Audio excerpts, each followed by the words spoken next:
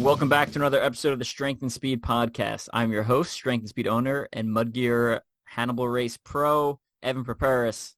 Got a couple of guests with me today. Before we get to that, though, quick word from a couple of our sponsors and some discount codes for you. So I've talked about MudGear a whole bunch before. That's what I wore this past weekend for racing, for the socks and the shorts. You can use code ultra-ocr, man. I think it saves 15%, 20%. I'm not sure. It's a good code. Check it out. Also got a code for 20% off Yoked. We've talked about them a couple times on the podcast. If you've been at Savage Race, you've tried their product. Strength 20 will save you 20%. And then I just got into the Cool Kids Club as a Tough Mudder ambassador. Been kind of unofficially representing them for years and been helping out with all sorts of their stuff. So I now have a 20% off code for signing up for Tough Mudder. I will drop that in the link in the show notes down below because the code is super long. It's brand AMB 164MR31T. So it is fairly long. But yeah, you can use that for any of your Tough Mudder events. I think it works for all of them. Maybe not World Toughest. I don't know. Give it a try for World Toughest. See if it works. And let me know. All right, let's get to today's episode. So I got 3 guests with me on the line. First one, I got Thomas Plush, who we've had on the podcast before. Tom, say hi. Hey. Tom, another MudGear-Hannibal Race Pro. We're claiming him as holding the world record for most barefoot podiums, most barefoot wins in OCR, which is, what is your total now? I believe I'm at 11 or 12. I'd have to tally it. Yeah. I mean, I don't know anyone with any, so I think you got a pretty good lead there. And I know you accumulated another one this weekend, which we're going to talk about. I've also got Keatin Herder on the line. Keatin, say hi. Hello. Hello. Yeah. So we'll talk a little bit about Keatin. I'm going to have you introduce yourself a little bit more in a minute. And then JC Massie, say hi. Hello. Yeah, so this was our team for the recent race called the Siege, which was a local OCR out in Garden City, Kansas. So let's start off with Tom. Let's talk about let's talk about the race in general first, and then we'll talk about how we found the team and et cetera. So Tom, what was the first time you heard about the Siege, and talk about the course a little bit? A friend in college, she used to be like the race director up there at Core Fitness, and she knew I was into OCR and invited me up a couple of years ago, and I made the trip and thought it was going to be an easy one, but the mud crawls and the up and down of your heart rate, it just kills you. Yeah. And so on the outside, it doesn't look like a challenging course, but there's nobody that runs that course hard and feels good at the end. That's true. So let's jump over to Keatin. Let's start off telling us a little bit about yourself. When you got into OCR, some of your major accomplishments. I know you got a Conquer the Gauntlet podium under your belt there. So tell us a little bit about yourself. Yeah. I got into it probably 2015 or 16, I think. Started out with just a group of coworkers that signed up for some local Gladiator Dash deal that I think you ran earlier this year with us as well. But yeah, I started 8 years ago, whatever it's been now. Probably ran 25, 30 different races, I think. It's pretty heavy back in the Conquer the Gauntlets and anything local here around the Midwest that I could find. Yeah, I pulled a third place Conquer the Gauntlet podium. I think I've got probably 4 or 5 total, actual elite level podiums. And then I was trying to count earlier because I figured you'd ask me, but I think I got maybe 18 or 19 kind of top 10 finishes out of those 25 races or so. So I've done fairly decent for no more than I've really done. Yeah, no, solid. It's definitely some good results there. And, Conquer the Gauntlet podium's legit. Those are hard. Those are hard indeed. Definitely, for sure. JC, let's jump over to you. Tell us a little bit about yourself. I got started doing OCR racing. My first one actually was in June of 2021. I signed up for what they called 5K the hard way here in Nebraska. Went absolutely alone. Didn't have anybody, didn't know anybody that was going to be there. Ran into an old coworker that does a decent amount or had done a decent amount of OCR racing. Ran a second time through with me and started getting introduced to a group of people that kind of furthered my interest in this whole deal. Since then, I've traveled and done some Spartan races, a trifecta. I've had a few top 10 places, age group wise, in some Spartan events. Top 10 in a race in Iowa that I've done the past couple years. And this is the first time up on the podium in an actual OCR race. Oh, no way. I didn't know that. Yeah, you did great. You were crushing it out there. We'll talk a little bit about the team race in a minute. But, I found this race originally through OCR Buddy. So, again, I've plugged OCR Buddy a ton of times in the last 2 years because that's how I've been finding a lot of these local races. And one of them was the Siege. So, Keatin, tell us your thoughts on the Siege and some of the obstacles and kind of what it, how long was it, et cetera. The technical aspect of it all, there weren't any obstacles that were overly difficult. There was a set of monkey bars that got pretty muddy by the time our team event went through. But I think, like Thomas said earlier, probably the hardest part of it all is just the amount of ups and downs and crawling through the mud and getting right back up and going right back down and getting back up and so forth. About, I don't know, there's those pits where we ran through, each had 3 sections of fence you went through, and there's about 15 or 20 of them pits. So whatever that math is, 50 or 60 of them up downs, and that'd about do it for me. So I don't know if there was 15 or 20 of them, but it certainly felt like there was. If there was a lot. Maybe I exaggerated it, but it sure felt like a lot for sure. I'm going to go somewhere. I'm going to go probably 8 to 12 range. It would be my guess, but it felt like you would do an obstacle, like an over obstacle, and then you'd go into one of those pits, like you said, which actually had 3 unders per pit. These fencings. You had to get wet 3 times while you're in the pit. And then you'd go do like a, inverted ladder back into the pit. And then you go do a wall back into the pit. You go do, Tarzan swing back into the pit. You go do a set of monkey bars back into the pit.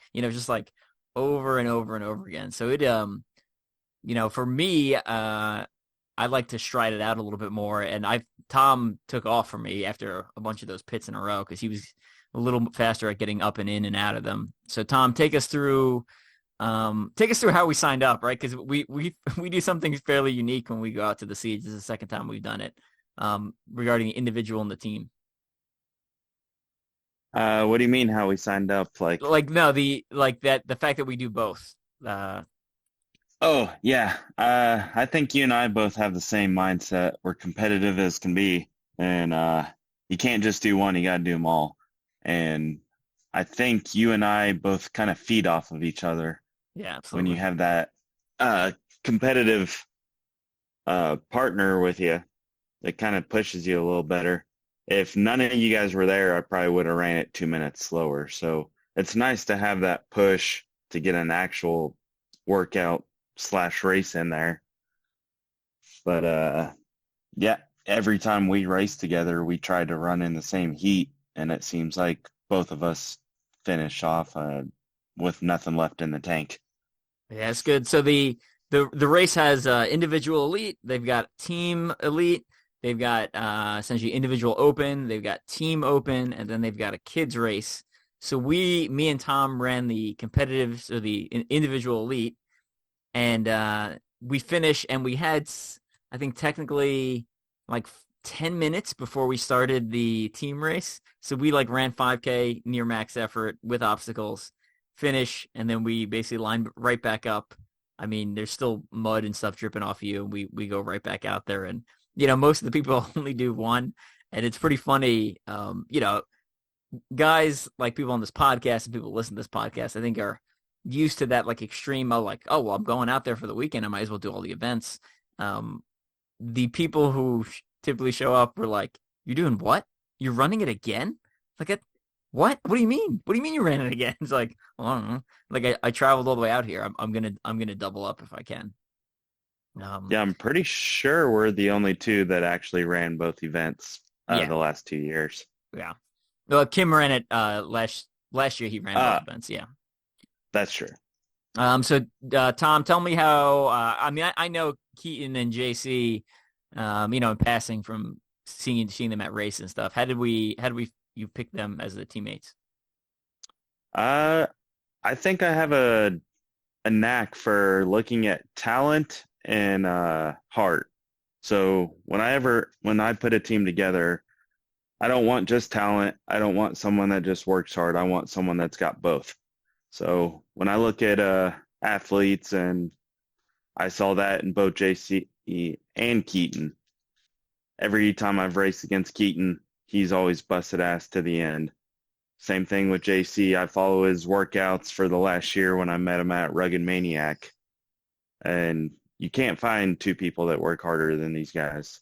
So they were my first two choices, and luckily the first two choices were able to do it for us. And it paid off. We blew out.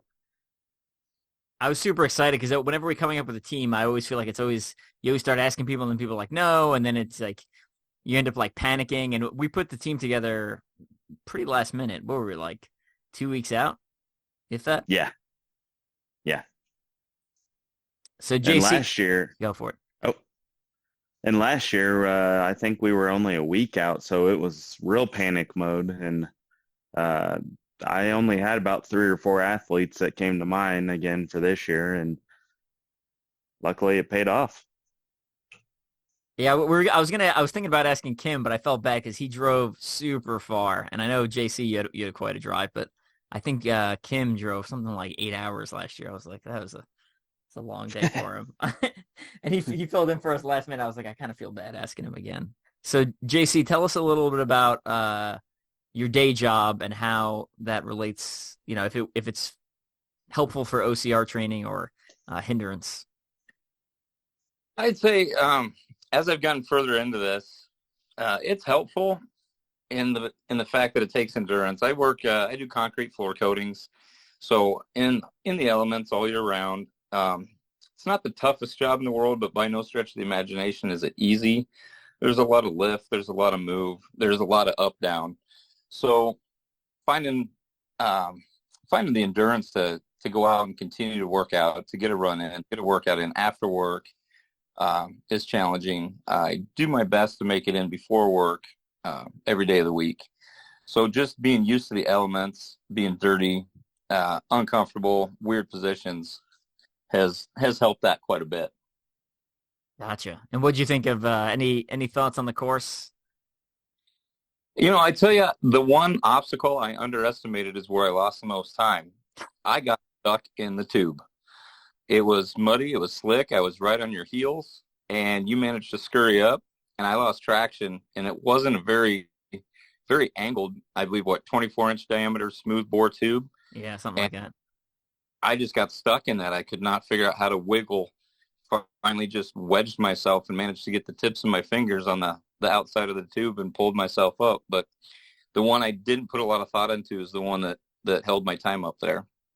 Yeah, and the first lap, it was easy because it was dry. Like I stuck to the tube. The second lap, after, I don't know, 100 or so people had gone through, it was wet. And I as I was going up, I was like pushing with my hands and my legs, like trying to get as much skin to tube contact, as weird as that sounds, as possible, and just kind of slowly moving up. But yeah, I definitely moved a lot slower going through that on the second time. I probably struggled quite a bit with that one as well. I wasn't too far behind you guys, and there's another team's runner or something was right ahead of you guys, and Evan, I saw you pop out, and I was like, oh, okay, I'm catching back up to these guys. I was 30 yards back or so. And I was like, where is JC at? And I'm looking up ahead, a couple 100 yards. I'm not seeing him. And then finally he pops out. And I was like, that tube couldn't have been that bad until I got inside of it. And I was trying to crawl on hands and knees, not necessarily on my belly. And sure enough, I was kind of stuck, apparently I'm about 25 inches tall, being on my hands and knees, and that tube's 24 inches tall. So that just wasn't quite working very well. So I totally get what you're saying there. Any open up question for everyone? Was there any other obstacles that you kind of were surprised besides the 2-1 that took a little more out of you, and besides the up and downs going in and out of the water pits? I would say the one that I don't know that I've ever done one is just that little Tarzan swing where the rope was just hanging and you just kind of full send it Tarzan swing up and over that telephone pole or whatever. Yeah. Whatever that obstacle was. That was a fun obstacle. I thought that was cool. Yeah. Yeah, it's a good one. You like you said, you got to send it, right? You just run up and you just commit. And the rope always feels a little bit farther away than it is. Like as you run up, you're like, I don't know if I'm going to hit this with enough force. But I sent it on both times and made it. When I went back out to do some coverage for OCR Buddy, I watched a couple people who like would stop and kind of wait there, and then they would jump to the rope, and a couple of them just like swung and straight into the post. Like they totally like hit their stomach against the far side of the barrier there. I seen a girl get injured, not in this race, but a previous race on a similar rope swing that sometimes you got to send it. And she didn't, and kind of just fell straight down and messed her ankle up pretty bad. So yeah, some of those are, I mean, can be a dangerous sport. Obviously it's a lot of fun too, but yeah, that was a fun obstacle for me the other day. So what's interesting about the course is it's actually part of a JROTC, so a high school junior reserve officer training corps obstacle course. So a lot of the obstacles are permanent and they're very well built. And then what they do is they just kind of add in some additional ones just for the race. And it was the same course as last year, but we mentioned a couple of the obstacles already. They had a couple balance beam. They had some mud pits that you jumped over. They had a 1/4-mile sandbag carry around a track. They had a bunch of tires. You're supposed to go like the normal tire runs, but then they also had ones that you kind of jumped up and over. And there's like, I don't know, 20 of them in the field. It was a lot. And you, again, just little things that kind of just take a little bit out of you and break up your stride. So it's not like a pure running race. And for the cost of the course and I really feel like you're getting pretty good value, like the entry fee, wasn't too high, and you're really getting a lot of obstacles, even though some of them may not have been super complex. So I had a good time. I think the monkey bars, if they had made us go longer, I don't know how long that section of monkey bars is. I know Thomas had said it was like one of the longest sections of monkey bars he'd seen in a race, but they didn't make us end up going the full distance of the monkey bars, which I'm honestly kind of glad, because I don't know that I would have made it, because they were really really wet and really muddy when I got to them, and I kind of struggled for the 15 or so that they made us go across. Tom, I felt like it was shorter than last year. I feel like they made us go further last year. Any thoughts on that? Yeah, I think the last 2 years, I mean, the first time I did it, they made us go 2/3 of the way. And I feel like it gets shorter and shorter each year. But I mean, it's like I was telling the race director, it's like, you want to make it more challenging to bring people back. So there's a sense of something to work for.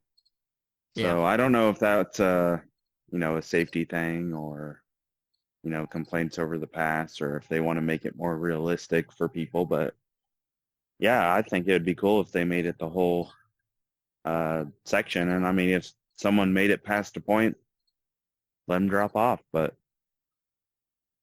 yeah, my favorite part is the sandbag. I love the sandbag carry. Oh yeah, that's all the way. It's full loop of the track there, so in the stadium. That's kind of cool. The JC, any other thoughts you had on the obstacles and course design? The sandbag carry as well. I was lucky enough to get a heads up from Thomas with kind of a suggested workout ahead of time. So I did a little sandbag training with some more terrain, but I was surprised to see it was on a nice, even, flat track. But it was the 100% quarter mile with that, and that just another thing that breaks up your stride you were talking about. Mm-hmm. So Tom, why did you? Let's jump back over to JC one more time. So for you traveled pretty far for this one. It was about 6 hours, right, from Nebraska. Who would you recommend travel to this race? Beginners, seasoned people looking for whatever. I'm going to say beginners and seasoned people, because I found challenge in it, and especially as we ran as a team and we're able to push each other. But it's not something absolutely impossible for someone getting out in their first or second course to give it a try. Next year, I'm going to grab some of the people that I'm trying to get interested in the sport, and definitely the people that really got me go try to travel out there. Nice. Tom, what keeps you coming back? Because this is your third year doing it, right? Yeah, it's my third year. Honestly, the venue, the atmosphere is really good. Each year I've met new people that you just don't see at every other OCR. And I like the challenge of the up downs, the sandbag, and the team race. It's very unique. You don't get a lot of that in OCR anymore. No. I don't think any of the OCRs nowadays have kind of mastered how to do a team event. And I really like this, adding 4 times together. And it's the biggest thing that I miss about other sports is being a part of a team. And OCR, it's always you versus yourself. Yeah. So it's cool to share, your secrets, some insights with someone on your team, and work towards the goal of winning one. Yeah, it was. I really like the like you said, reaching, and when you go to some of these smaller events, you get to meet people who are, they've just stepped their foot into the OCR world. So it's nice to be able to like talk to them and be like, well, there's this whole sport out there, and this is just like the gateway, and this is a great gateway. But if anyone wants to get further involved in it, here's some opportunities and some options. We were talking to one of the guys who's handling some of the start line and the timing, and he's was a track or cross country coach, can't remember, and he's a wrestling coach, I believe. I think he was both. And I was like, if you have any kids that are doing wrestling and track, you need to get them in OCR, because that's like the person we want, right? Like runner, and they're used to doing like short explosive movements and have upper body strength. So I was like, this is like, continue to do what you're doing and then switch over to OCR when you graduate, because it's a great opportunity. Mm-hmm.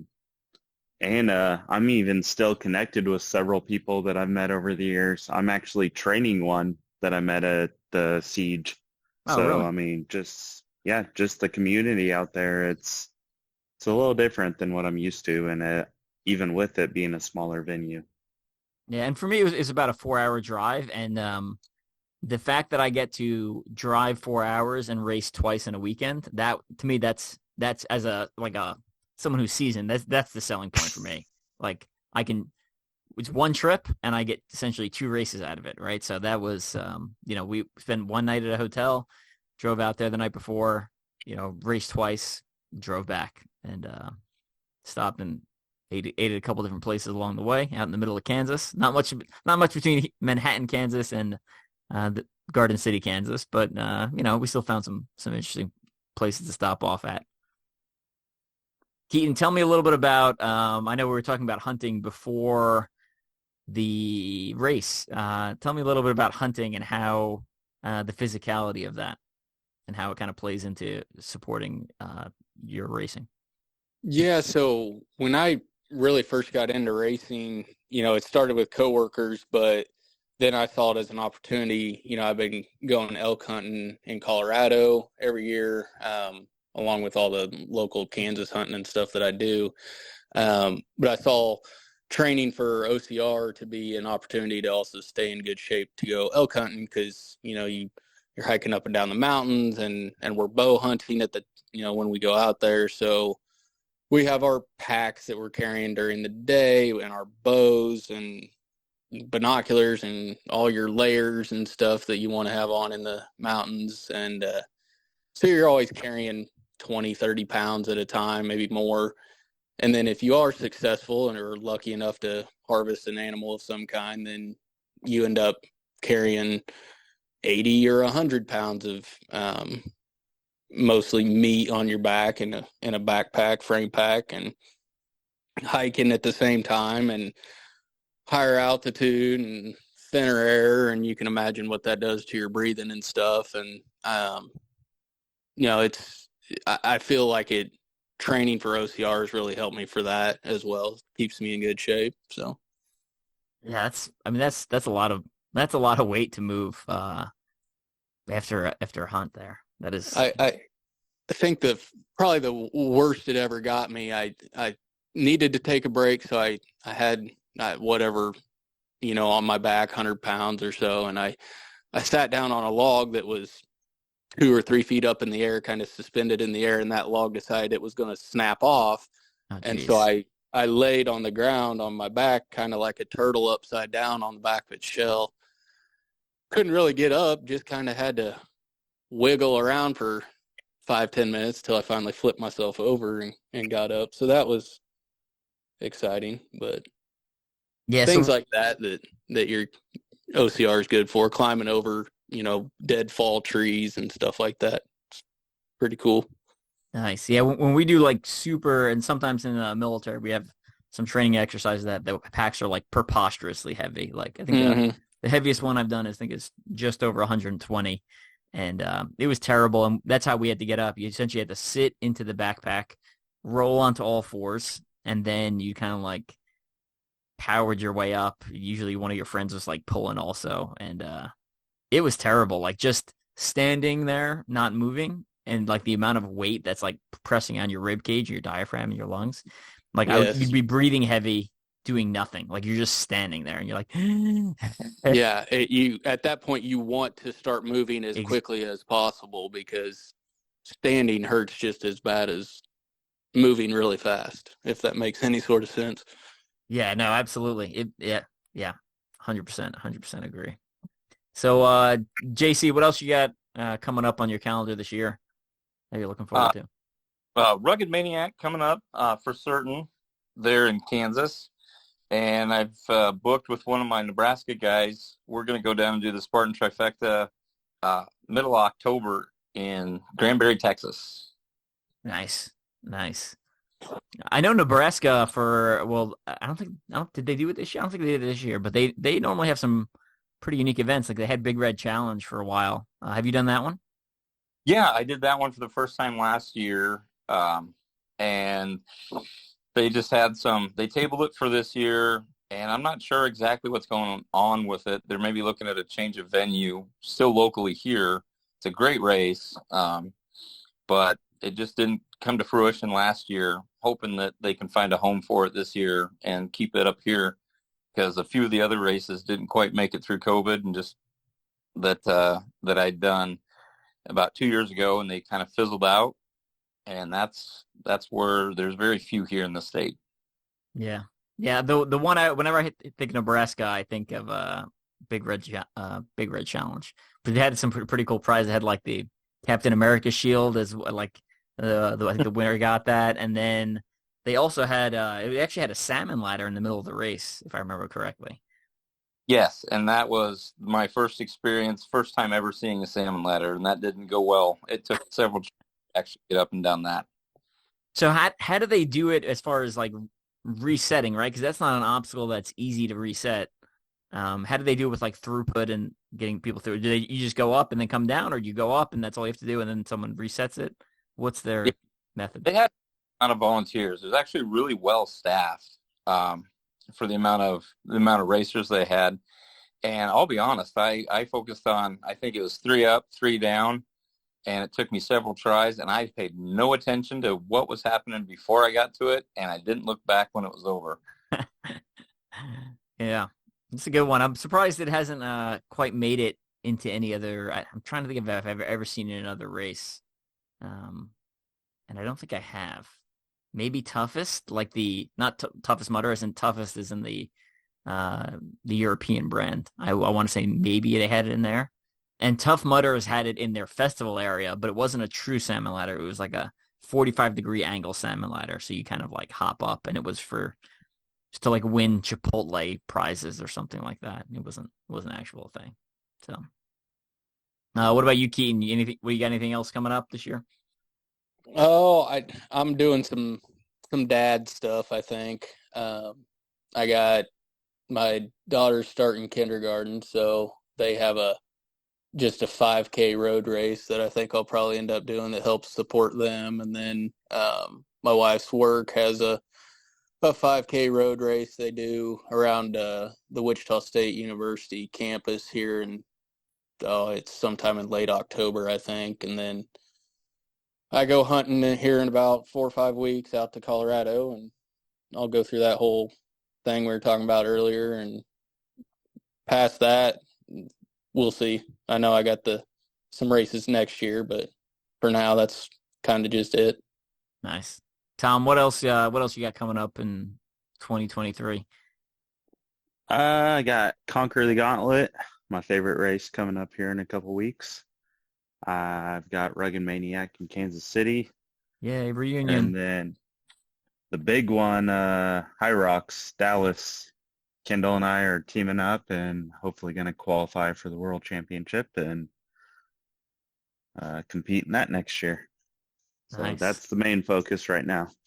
Nice. The jumping back to the Siege real quick, the race director Bridget was super helpful and nice, and with us traveling from far away, last year they did their awards like right afterwards at the venue.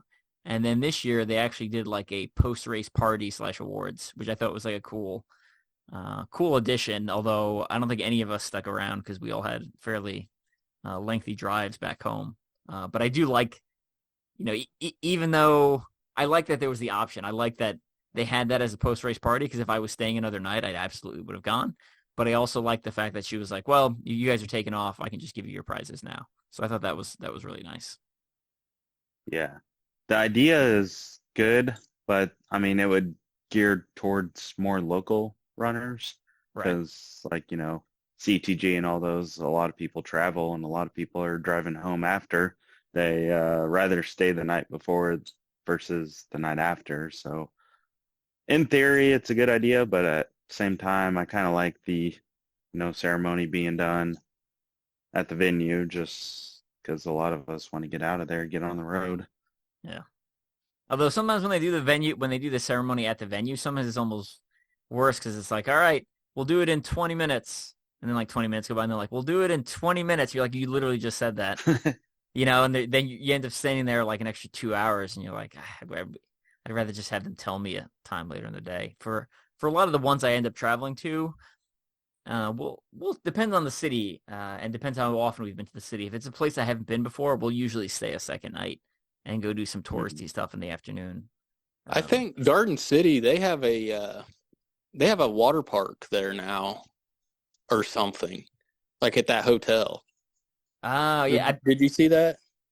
Right by where the packet pickup or the packet core fitness. Yeah, right by the gym, that core fitness gym. Yeah, they have a Parrot. I'm gonna mess it up. Parrot Park or something. I don't know. They had a couple of like big water slides sticking out. It reminded me of a smaller version of Great Wolf Lodge, like a water park attached to a hotel. Right, but I mean, for the middle of Western Kansas, I thought it was pretty cool. It's something I think Thomas and I talked about next year. Being, hey, take the wives, take the kids, things like that might be entertaining for them rather than just sitting around watching Dad run his race type of deal. Yeah. They also, what was also new this year is last year they did the kids race afterwards, and me and my daughter ran the kids race. This year they did the kids race beforehand, which was a little bit cooler when the kids ran. And, how far did they run? I couldn't see what they did. So they do the same part of the beginning of the course, and then the part where it, I want to say where the angled ladder was. I think they only go up a couple rungs, and then they take a hard left, and they end up so they skip like this Tarzan swing, they skip the monkey bars, they skip the weaver, which you actually ran over, you don't actually weave, and then they go right to like the tubes, the tires, and the water slide. No, which we also didn't talk about. They also had like a giant slip and slide, which was fun. I like anytime they put a slide or something in a race, I just love it, especially when you're running max effort and it's like you just run up to this giant slip and slide thing and just send it and then get up and keep running. I love that stuff. I think that's a ton of fun. So, yeah, it ends up being about, I think it was just over a mile last year. Yeah, And, I was going to say it sounds like it's probably about a mile or so. yeah. And they also had a pool at the beginning that you jumped in. That was like one of the first obstacles. And they had, also at the beginning, they had a bunch of motorcycle riders. They were, I think Vets for Vets was the group, kind of like the Patriot Guard, a bunch of veterans who showed up, and they had some big American flags, and they were revving some engines as we got off on those first couple waves. So after that, again, a lot of little touches where, they put on a really good event for not a lot of money, and it shows that, there's ways to make this sport viable, even if you don't have this enormous crowd, using parts of a permanent course that are already in existence and adding in some additional benefits and perks type stuff. All right, since we likely have a couple of people who are from the Siege who may not normally listen to podcast coverage, so they're listening to this. So, Tom, why don't you take us through and talk? We'll just kind of do a quick round robin about some of the training you use to prepare for OCR before we start wrapping things up. So, Tom, go first, and then we'll jump over to Keatin and then JC. I use primarily CrossFit, interval, and HIIT training. So I like to keep it short and sweet. Work harder for less time versus, going, I think traditional OCR athletes run anywhere from 25 to 50 miles a week. I'm 5 to 10 miles a week, but those miles are a lot harder to get used to that elevated heart rate. So I like Olympic lifting, so I try and combine that with usually 400 to 800 meter sprints in between, or 1 mile sprints in between.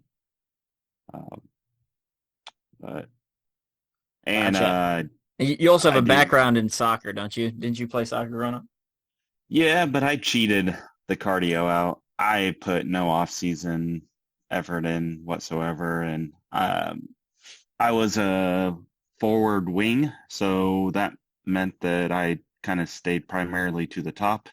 So a lot of my running was just short sprints. They send the ball, and I'd try and outrun the defender. So. Gotcha.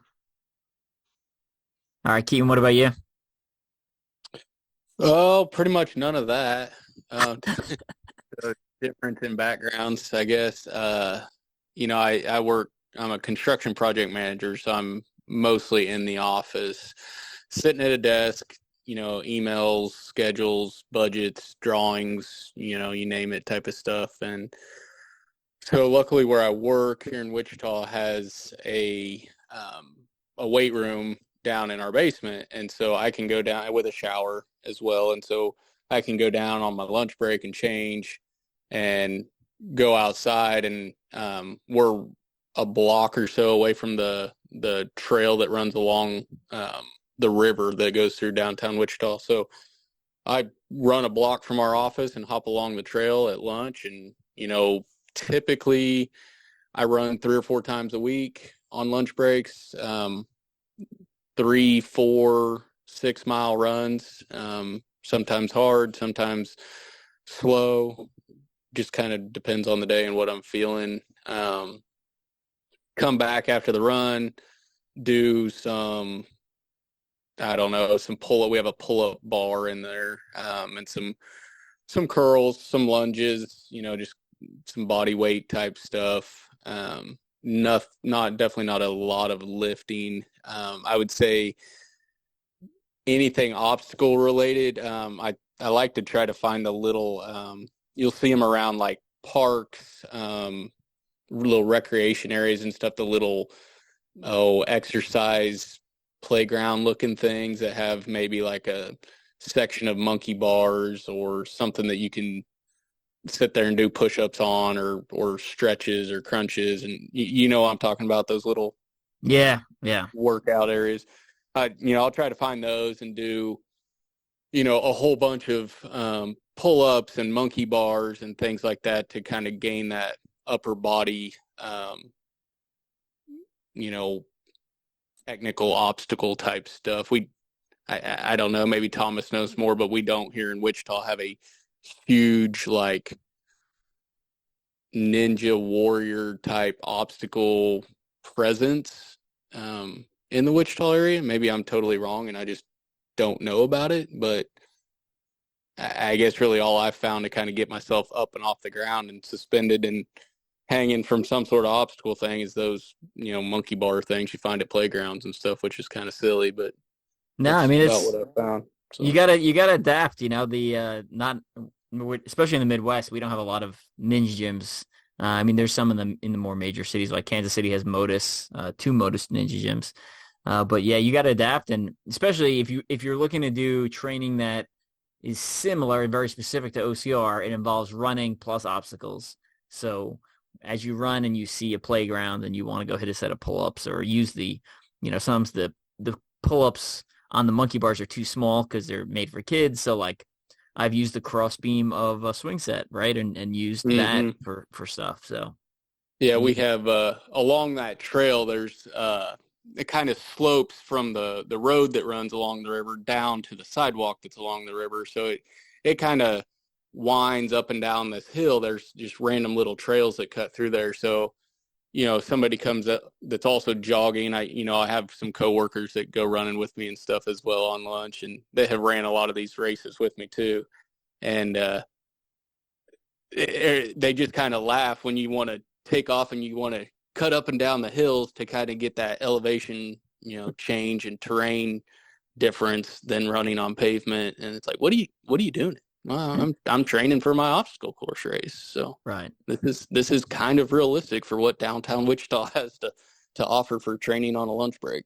So nice. Yeah, no, good use of sports specificity, right? You want your training to mimic a lot of the stuff you're doing in races. What about you, JC? Any tips, especially you're a little older than the rest of us, right? Any tips there for anything you've changed in your training over the couple of years? I think you and I might be close in age, but a few years on these other guys. Yeah. Till about 3 years ago, I wasn't completely out of shape, but I was doing nothing to stay in shape. It all started with going to a 6-week challenge at a HIIT gym, and I never looked back. Now I do a lot of, like, kind of echoing what Tom was saying, do CrossFit style training. I try to get some miles in during the week running, but that is no longer terribly exciting. So I got introduced and was given a 20-pound weight vest. So throw that in there with a few different things. And one of the guys that really got me into this and took me under his wing, Rod Shaw up here in Lincoln, has a great passion for the sport. And he has every Saturday brings all the equipment and has a specific OCR training regimen that we go through. He brings all the kettlebells, climbing ropes, battle ropes, rings, and we have a fantastic park out here that has a sledding hill that to the bottom is 200 meters, back to the top's 200. So we've got it to where we hit 3 to 3.2 miles every Saturday, and different movements that mimic a lot of the obstacles.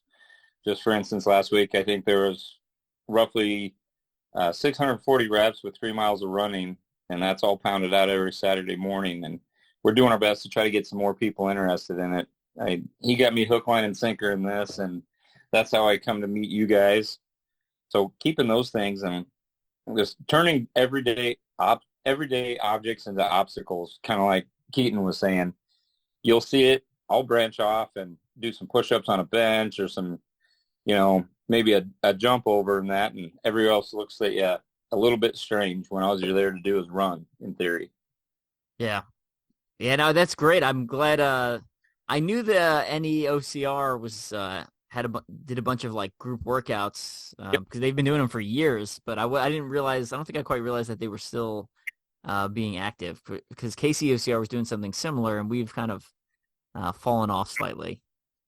I wouldn't say numbers are climbing, but we tend to get some new people every now and then. It's people that have been there over the years show up a couple times during the summer, and it's great. And it's a great way to work together for something we all really enjoy. Yeah, that's great. I there was a couple times where guys from any OCR came in down to Casey OCR, and we you guys brought obstacles. It was actually pretty cool. That hasn't happened for a couple of years now, but it was cool to like connect the two communities. And for anyone who's, still kind of new to OCR, there's a lot of Facebook groups, especially that are regional based, where you can link up with people and save money as you travel and learn about new races. Right, that's initially how I found about Conquer the Gauntlet, was through people at KCOCR. They were like, "Who's going to CTG?" And I was like, "I don't know what that means." I was like, "Someone needs to explain this to me." So. Oh, I joked about that the other day with Thomas. I was standing, we ran our work coworker Gladiator Dash here, which is not an incredibly technical obstacle, difficult race. And I had a lot of fun, and I said, man, I found this Conquer the Gauntlet race, and it was in Newton, which is, 15 minutes from my house here in Wichita. And so we're standing at the starting line of this Conquer the Gauntlet later wave. It wasn't the elite wave. We didn't even know what that was. And all these people are talking about OCR and how this is one of the greatest OCRs. And I'm like, what in the world is an OCR?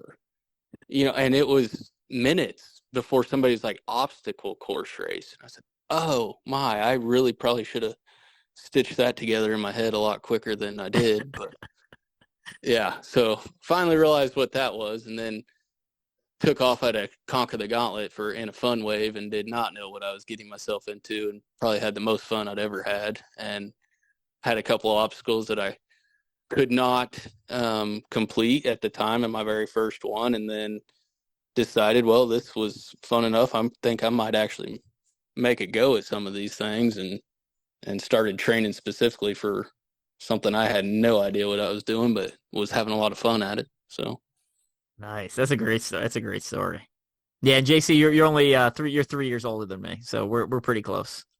All right, I'll take it. But I do feel like and I think a lot of it's mental. I feel like when you hit, I feel like 40 is like a hard line, and I feel like I feel a lot slower than I did 2 years ago. Let me say that in my training.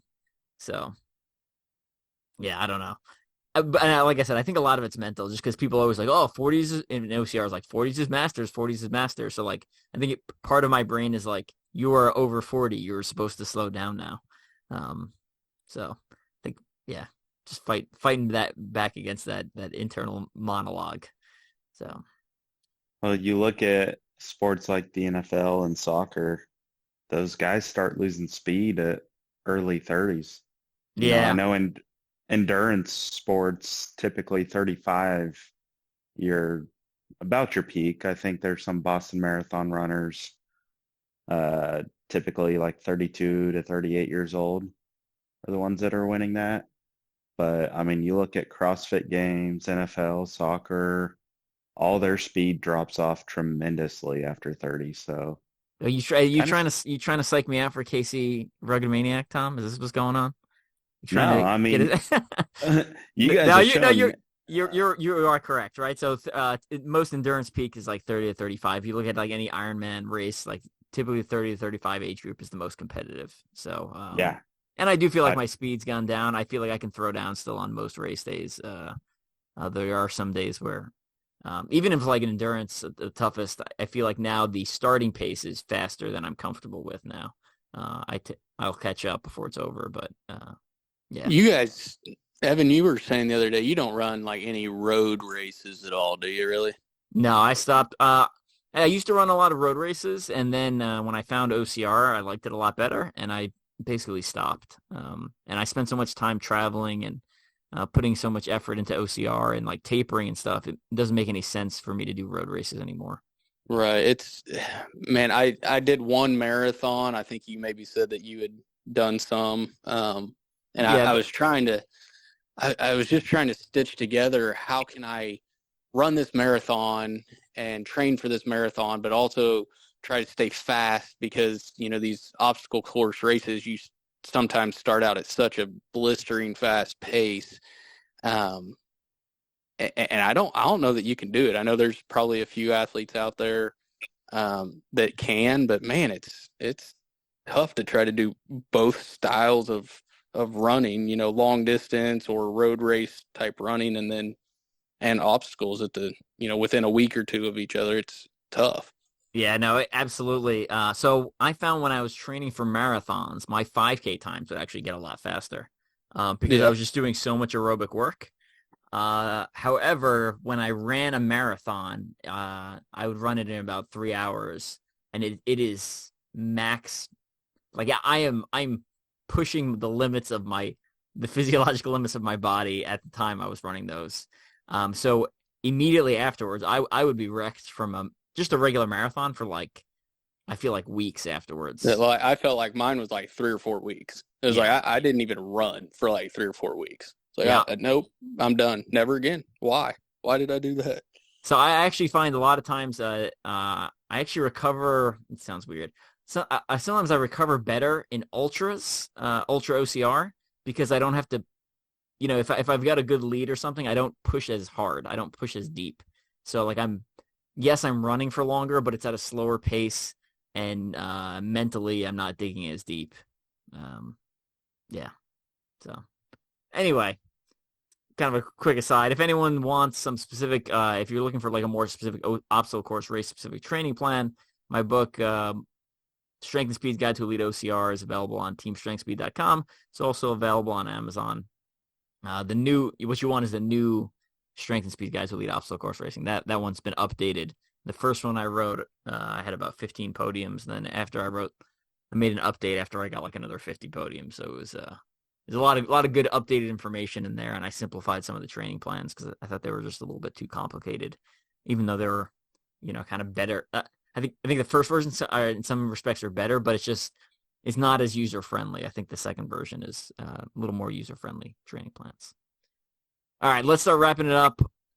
We're going to do, since we got a lot of people on the podcast, we're going to tell us something people would be surprised to know about you. So we'll start off with JC. What do you got? Well, frankly, I wasn't raised around sports. I didn't participate in sports all through high school. Recreationally, did a few things, but really until my late 30s, didn't start doing anything health or nutrition wise. So when we were talking about age earlier, this is an all new game for me, and it's only getting better as I get older. And I've been asked, "Oh, are you a runner? Or did you do cross country?" And really none of that until I was 38, 39 years old. Yeah. I feel like everyone's got a solid 4, and depending on your focus, to 10 years where they train for something.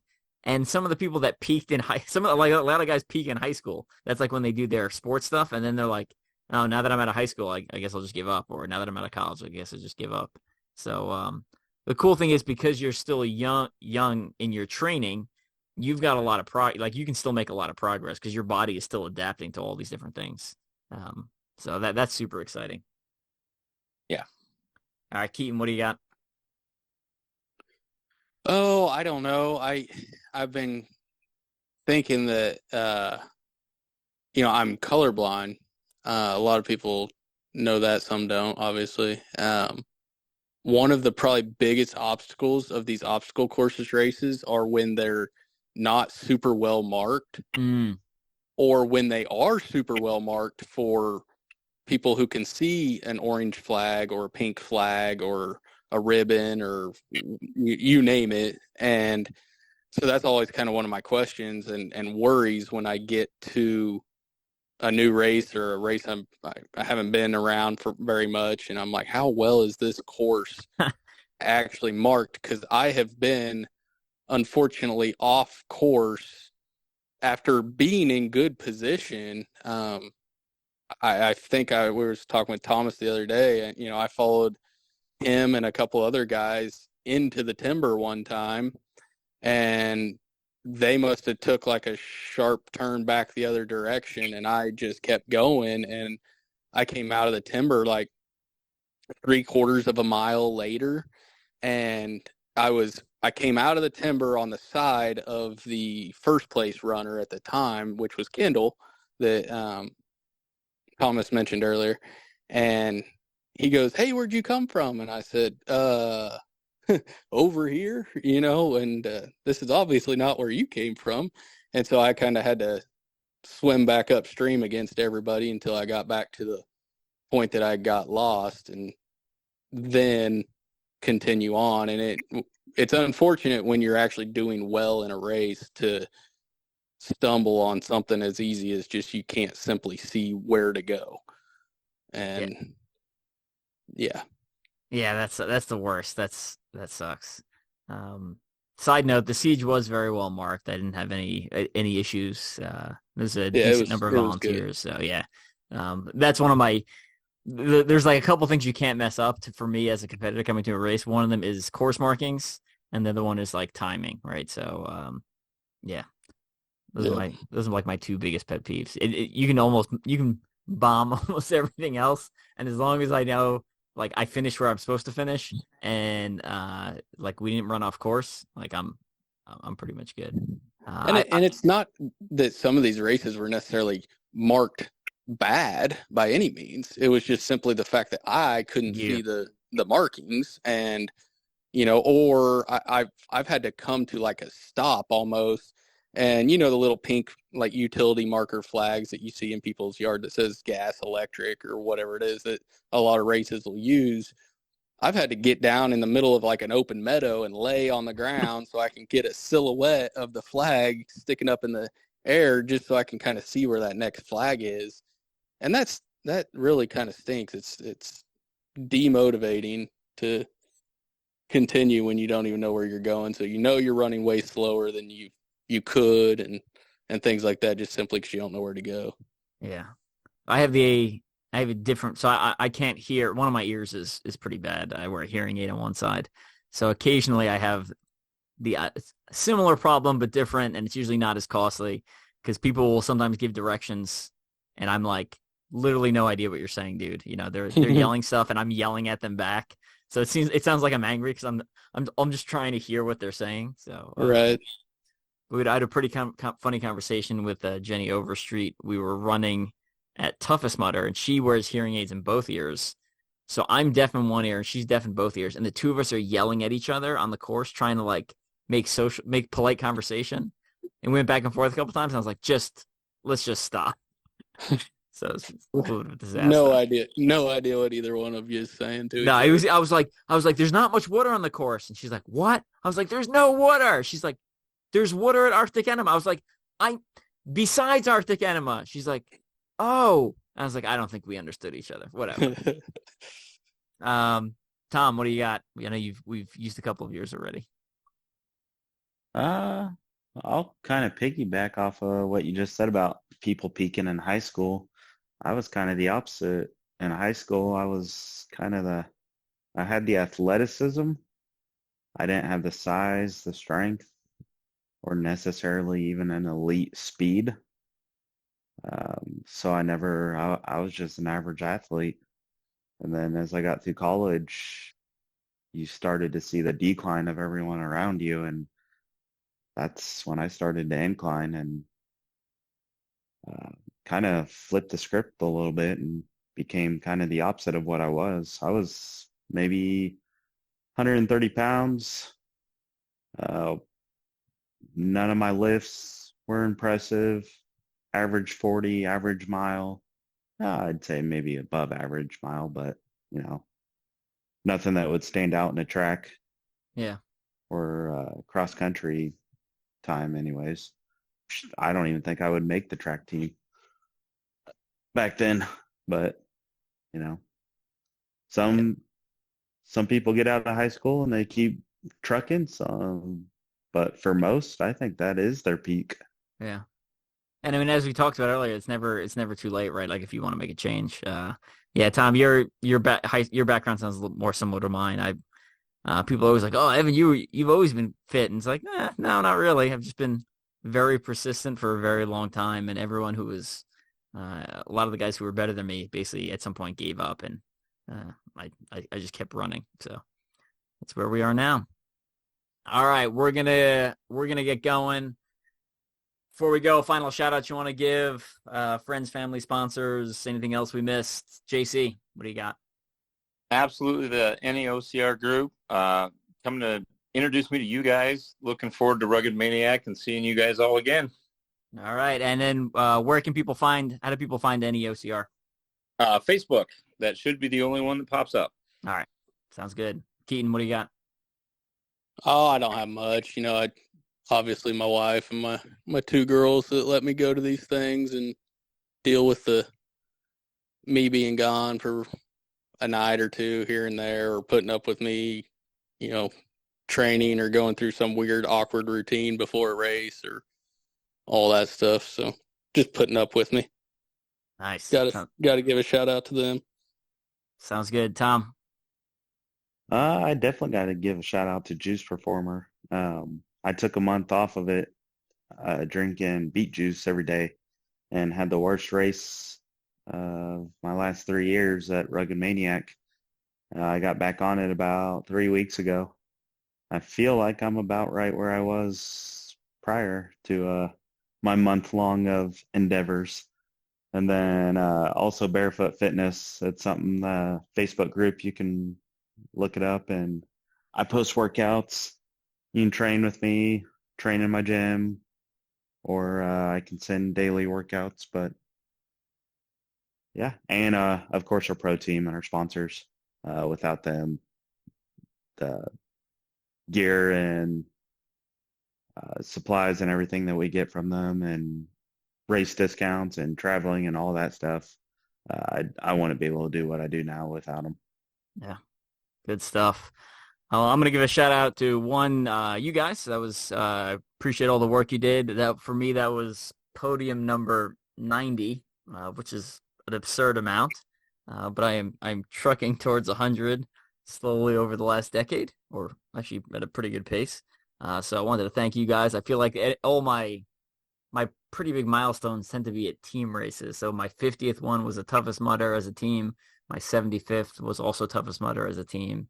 And my 90th is another team one. So it's always fun and more enjoyable to share the joy, especially when you have other people. I didn't, first OCR podium. That's pretty cool. So I love being a part of that. That's not the first time I've gotten to share that opportunity with people. At toughest, I got to do it with someone, and then at Hammer Race, when we did a team race there a couple of years ago, I think 2 out of the 5 people on our team had never podiumed at an OCR before. I never won one, and we won that one. That was pretty cool. So that also pretty cool. And then last year too with Paul. Paul, his first. That was his first too. I believe that was Kim's first. Oh, was it really? Yeah, because he's usually like second, third, or fourth. The last couple of years he's always right there, second, third, fourth, and I believe last year was his first time getting the gold. Yeah, that's awesome. So. I love that. If you haven't, if you're someone who podiums regularly, do a team race with some people. It's pretty awesome. It's a cool experience, especially you get to share some of that. For those checking out teamstrengthspeed.com, we are switching website hosting services because the one I currently use is going out of business. So the website may go down around September 1st. Working to make sure that does not happen, but you will also see a redesigned website. So a lot of the information on there will disappear, get redesigned. Got some other changes coming. I'm going to do another podcast right at the end of the month that explains some of the changes coming to Strength and Speed. But the podcast will largely stay the same.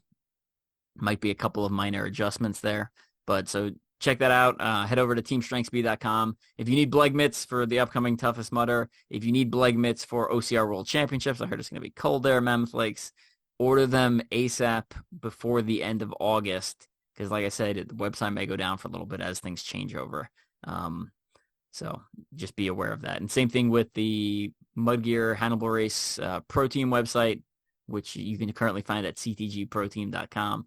That website will likely go down for more than a couple of days. Because I got to fix Strength and Speed, I also have to fix the Pro Team website, and I got to fix Strength and Speed first before I can start working on the Pro Team website. So head over and check those out before they disappear for forever / come back in a different form.